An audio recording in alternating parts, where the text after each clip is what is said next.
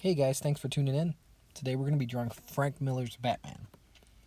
Here are a couple of reference pictures I got from Google, just to get you familiar with the character and what he looks like. Basically an older version of Batman. So starting out here, you're going to notice I have a lot of reference lines.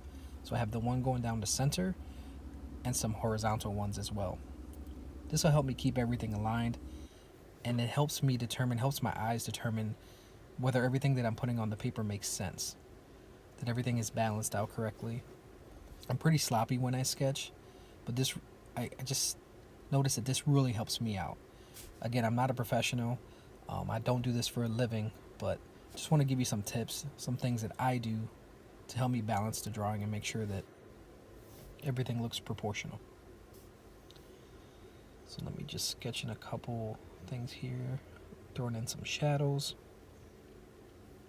And I sped this up for time's sake.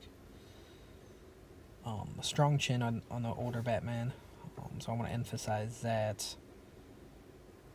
And I'm just kind of laying my lines down out now, so I'm working on his brows. I want to make sure they pop out a little bit.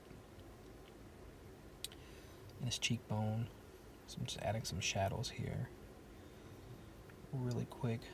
There's a couple tricks that I'm going to show you here very shortly. Just touching up a couple things here.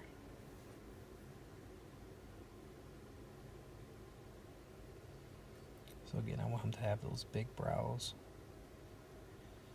And this is one tip. Don't be afraid to draw with your eraser. So I'm etching out the eye here to make sure it pops out a little bit. But I tend to erase a lot, and I catch myself drawing while I'm erasing. And I'll show you that again here shortly, but like right now I'm kind of just highlighting with my eraser. And then I go back in and draw another shadow around it or etch it out to make it stand out. So just adding some details here to the face, kind of wrapping this up. So I'm going to give you guys here a different view. This will help you kind of see what I'm doing a little bit better. So I'm adding some details here into the belt. The belt's going to be pretty detailed. I'm going to show you a trick in a second. So right now on the cowl, right on the cape there, just darkening it up, and I'm again going to draw with my eraser. I'm just kind of etching out what I want the cape to look like, and then I go back in with my pencil and darken the edges just to make it pop. And again, this is just a sketch, so it's just setting up the final drawing. So you can be sloppy, you can do whatever you want. It's just a sketch. It's not, you can make all the mistakes you want, and that's what I love about sketching.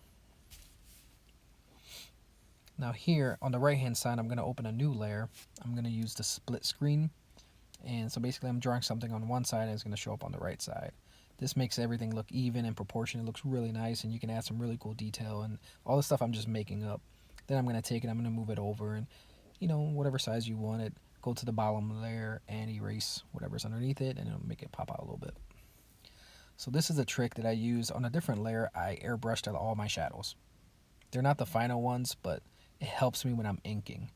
And you can kind of see that here, and you'll see it in the next video here. So I'm adding my shadows here, and if you can see to the right behind the hand, you can see all the shadows, and that helps me determine what's going to be blacked out or not.